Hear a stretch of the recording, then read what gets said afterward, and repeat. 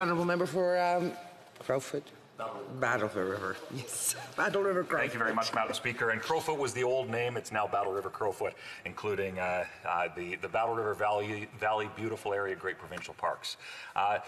Thank you very much to the honour for introducing this bill. And as a member of Parliament that comes from a family of 5 generations agriculture producers in Alberta, certainly the conversation around right to repair is an important one.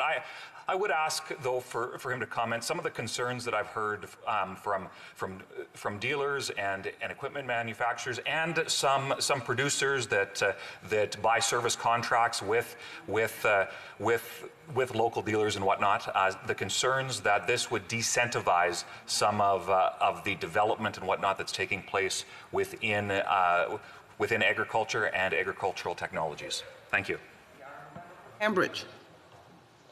I thank you. I thank you, Madam Speaker, and through you, the honourable member, for the question.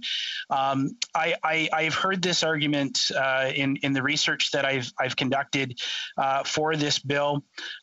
This is a common argument made.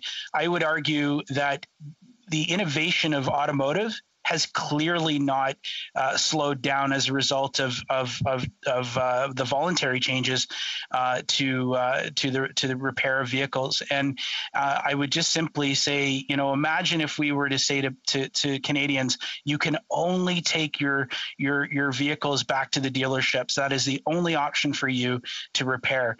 It is not. It would not be acceptable, and I don't think it should be acceptable for farmers to have to manage that as well.